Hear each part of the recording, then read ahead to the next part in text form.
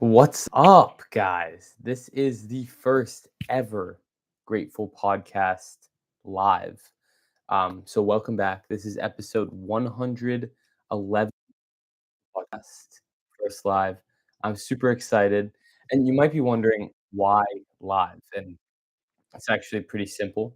I've been discovering some crazy things about life recently, things so deeply profound that I feel I have the need to share with you guys on this more personal basis. It's more connected, unfiltered format, which I think makes this so much more real. It's not an interview, it's not a study, it's a way to finally open up. And I'm excited to share on this more of my story and story of this podcast. So this episode's a little bit different. And it's just the real story about how all of this began and how gratitude quite literally saved me from being consumed by my ambition. For so long, I thought that the harder I pushed, the more I'd achieve. The harder I worked, the more I'd get, right? That's the lie that we're all told. And yeah, I achieved a lot. I was doing a lot. And I was chasing so much so fast that I forgot why I started to push in the first place. Tonight, I'm going to share the whole story with you. How I've learned to balance gratitude and ambition, how I'm still learning that every single day, and how that balance is now the focal point and the heartbeat of my life and this show that I'm so excited to be able to share with you guys.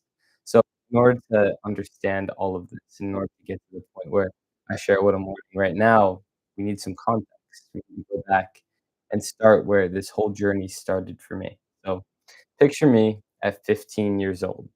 I was a high school freshman. I was excited for my favorite time of year, springtime, baseball season. I was a baseball kid. That was my entire life. I had this shirt and it said, eat, sleep, baseball, repeat, and or eat, baseball, sleep, repeat. Whatever order it goes in, that was my life. And in the fall of my freshman year, I had just set the record for the most goals ever scored by a freshman at my school. So I was crushing it, I was crushing sports, I was crushing school. I had a ton of friends. I was competing in rock climbing competitions. I was killing it. Everything looked perfect on paper, and then baseball hit me like a slap in the face. Boom. It was not what I expected. I sat the bench all year on junior varsity. So, not even the top team. The team below that, I sat the bench watching my friends get to play, the friends I played with my entire life. I related to them through sports, and that made me feel ashamed, honestly. My friends and I grew further apart mostly because of the shame that I felt, and without baseball and sports, my identity disappeared.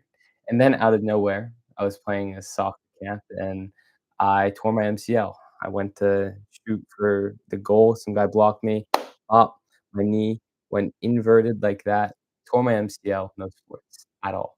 No activity, no athletics. My identity was gone. And it's funny because when I look back on my injury, just as most of my guests say, that experience that I had ended up being one of the best things that's ever happened to me, because it forced me to face myself, who I was without everything that I thought made me up. I realized that I didn't want to just exist. I didn't want anything to tie my identity down besides being exceptional, being great, and I wanted to live a life that felt alive. So when my MCL finally healed, I made a promise to myself. I said I was going to do hard things at my accord. And every single morning at 5 a.m., I ran a bike. I took cold showers. I meditated. And I did that for 5 months straight, from November to February, coldest time of the year, one of the coldest parts of the country. I ran in the snow, in the rain. Sometimes it was so cold outside. I have this particular instance where I was running at 5:15 AM, and I was going for a 5K, and I started to sob because the cold was just so deep, so chilling, and I literally started sobbing as I ran, but through that pain I built something I'd never had before, and it was a relationship with myself, a true relationship with myself. And through that, I was able to find gratitude. I started appreciating small things, feeling proud, feeling alive. And the thing is, None of it felt like enough. Class rankings came out, I found out I was 4th in the class, not 1st. I was pissed. So, what did I do? I decided to do something even more extreme. I decided to do something no one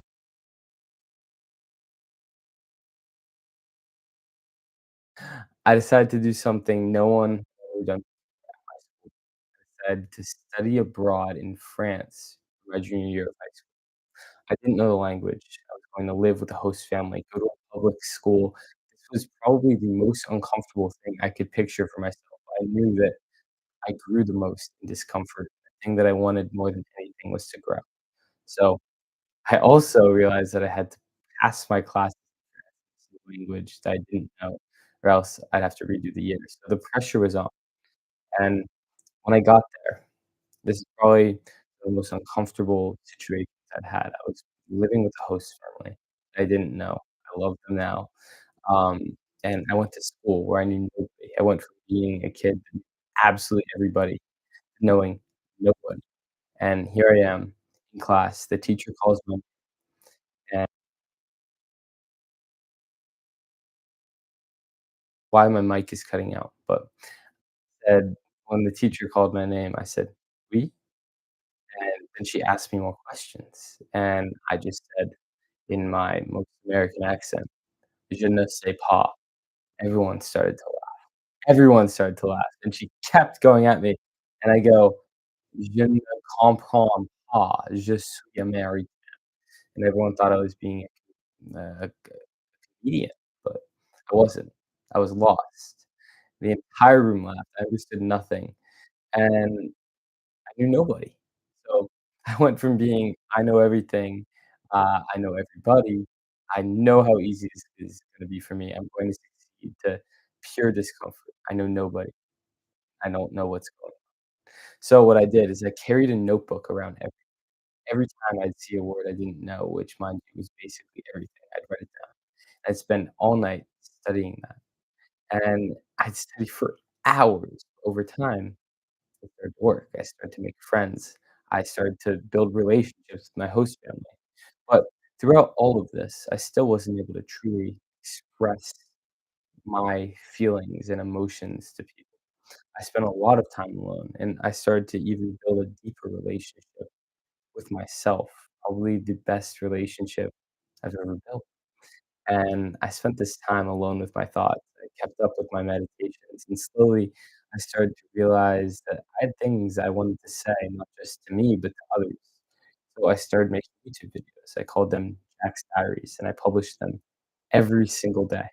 If you go back to the beginning of my channel, you can see Jack's Diaries videos, terrible camera quality, terrible thumbnails made on this very computer, and, uh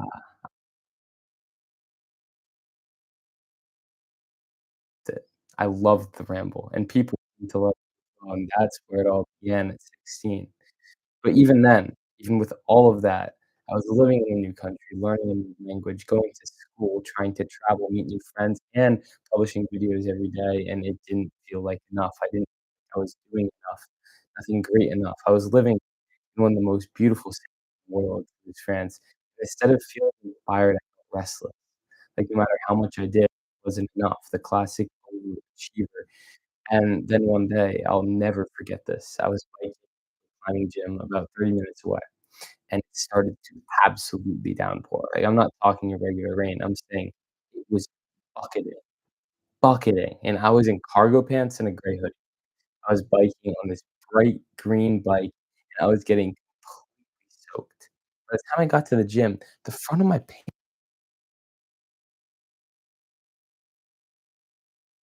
they just started to stick to me, and they stuck to the front of my legs.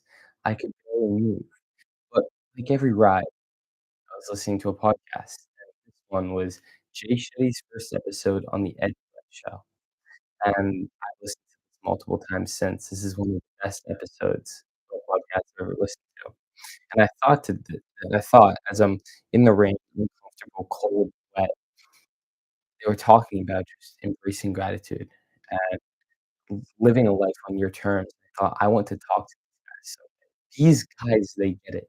Why can't I talk to them?" And I'm like, "I can." I can, there's nothing holding me back besides me. So a few days later, after class, I sat by the Jordan River with my notebook, and I realized that the reason that I kept feeling lack, like, that wasn't going to change. The reason was my ambition.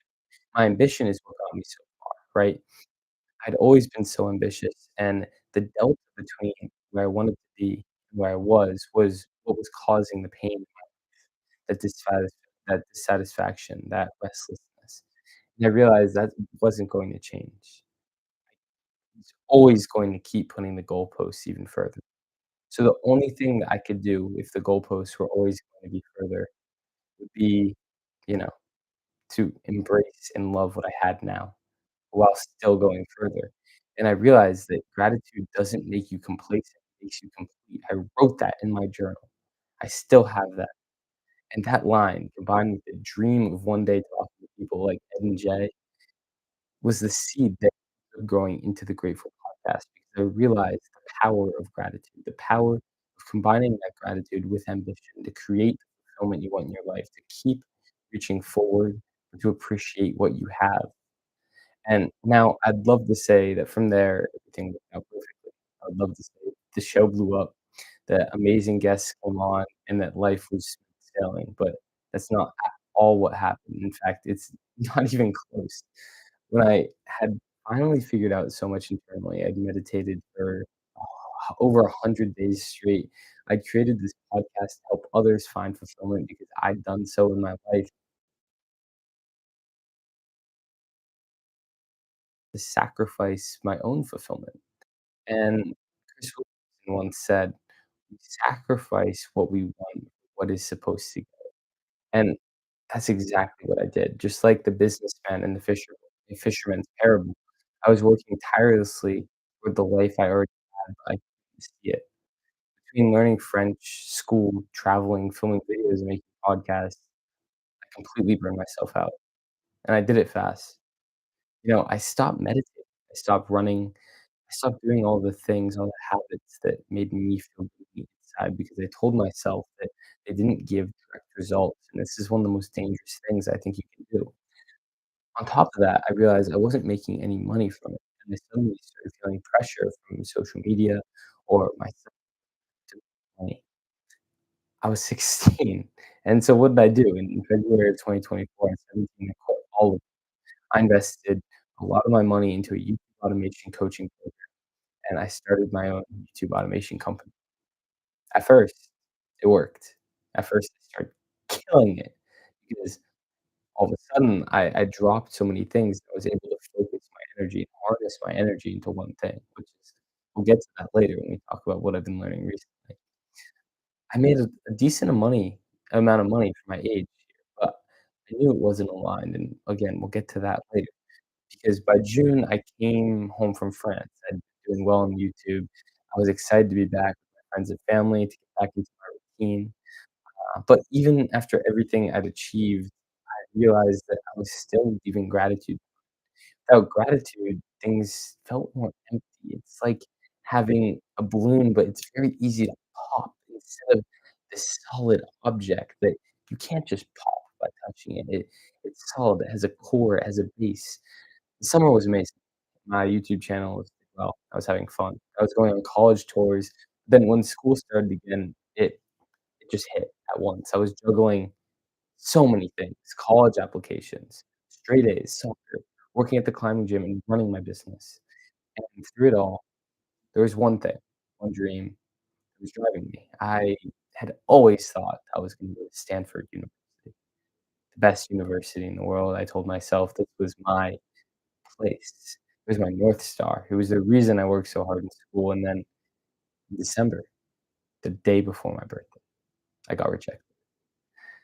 It broke me because in that moment, I realized something very, very I'd done exactly this past year what my younger self, the one who over a year ago started the journey of making YouTube videos in France, promised.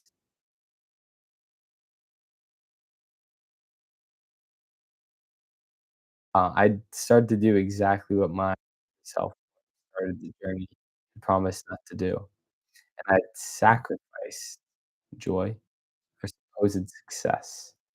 So that was my reset point. Again, this is another example of how one of the worst moments in life can become a catalyst for the best things to come. 'Cause when I got rejected from Stanford, it was my wake up call. I realized that my YouTube automation company was not, 1, bringing enough money for the time that I was giving it, and 2, bringing in enough fulfillment. That's the most important thing. It wasn't bringing in fulfillment, and that's when I restarted the podcast as you know it today. I realized that I had learned so much through these trials and tribulations at a young age, through pushing myself, embracing discomfort, and I really did want to talk with people who were even more ahead of me and share that knowledge, share my genuine curiosity.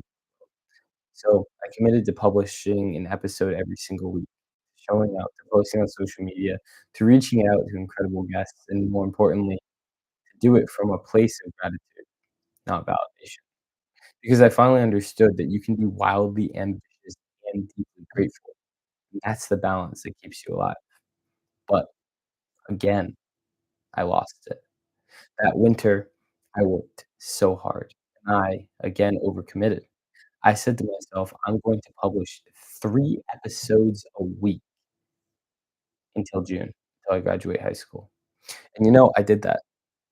I did that. I published 3 episodes a week, 1 solo episode and 2 guest episodes by myself, a thing that most top podcasters with teams around them don't even do.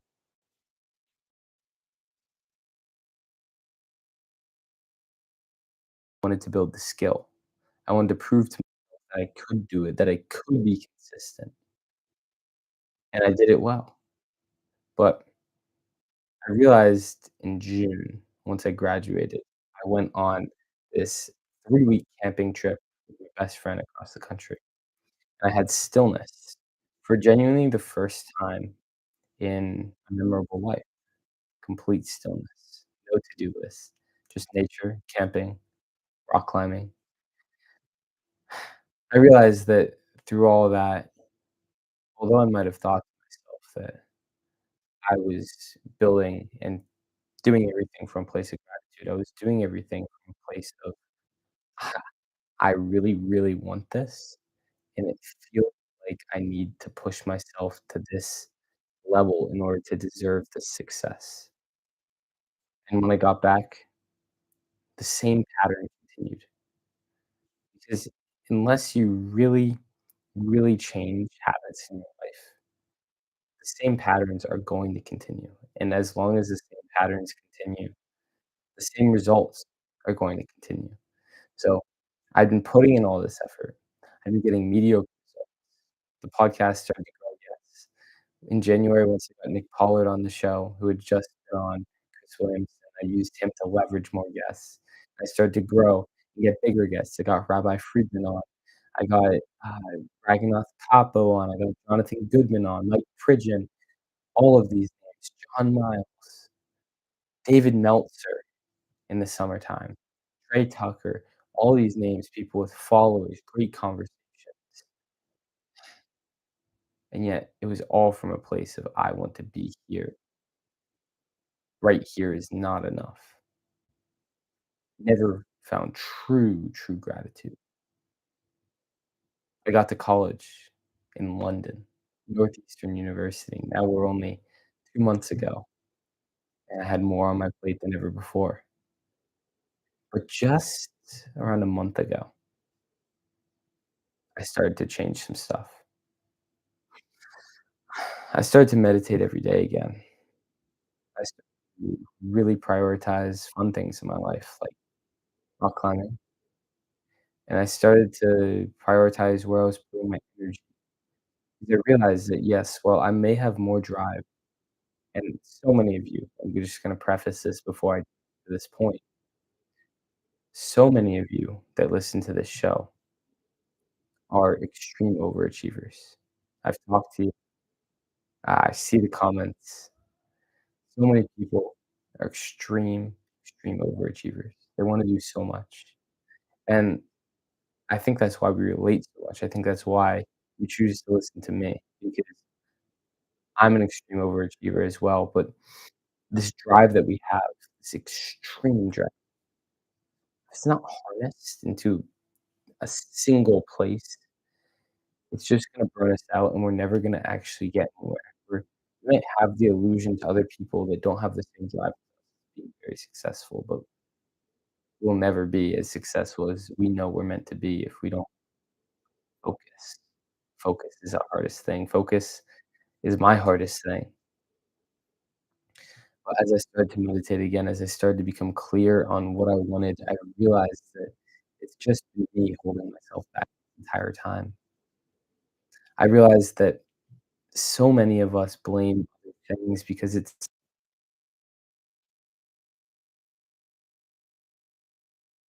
sometimes it feels right to blame other things, but if you're blaming other things, then nothing's going to change. So I started taking full responsibility for maybe the lack of growth I saw in the show or lack of growth I saw personally. I'm living in London. I mean, it's amazing. I've been able to travel to amazing places. I've been able to meet amazing people, have so many new friends, learn amazing things in classes. There was something missing, and that something has been coming back to me through my meditation. And now you may be asking, like, how does this actually tangibly affect your life? And the reason it does is because I've been cultivating gratitude. I've been cultivating gratitude for where I am, where I say that this right now, where I am is perfect. What I have is perfect. I love my life, and I say it so much that I have no choice but to believe it. This right here is enough, and yet I want to invite more of it. I'm not chasing a goal that is far away because I feel like I don't have enough. I'm chasing I'm not chasing anything. I'm asking for more of what I already know I love because wh who are you gonna give something? You're gonna give the person that constantly let's say let's say you had an $100 bill. Are you gonna give the person that is constantly begging, begging, and has never proven they can do anything with it? You're gonna give them the $100 bill, or are you going to give someone that is maybe they're not super well off, but they maybe even in the same situation, but they're grateful for what they have, and they're saying, "Oh, I know what I like, and I want more of that." I'd probably give it to them. And that's how I think it is with life as well. If you're grateful for what you have right now, you're probably going to get more of it, 'cause you're inviting more of that you love into your life. Right now, I'm at a point with this podcast that I'm so grateful. Although maybe my numbers aren't much different than they were a few months ago, mindset-wise, I'm in such a better place. I've actually just got some sponsors to come on the show. I've got some amazing guests lined up for the very foreseeable future, and the growth is just about to catapult because I started believing that this was enough and that it was perfect, that this show is the greatest in the world, and that's just been making me so much more motivated to get more of it, to get more of it, and I gratitude, as many of you know, I'm studying neuroscience. One of the things I learned that I think really relates to this duality of gratitude and ambition is about the Yerkes-Dodson curve.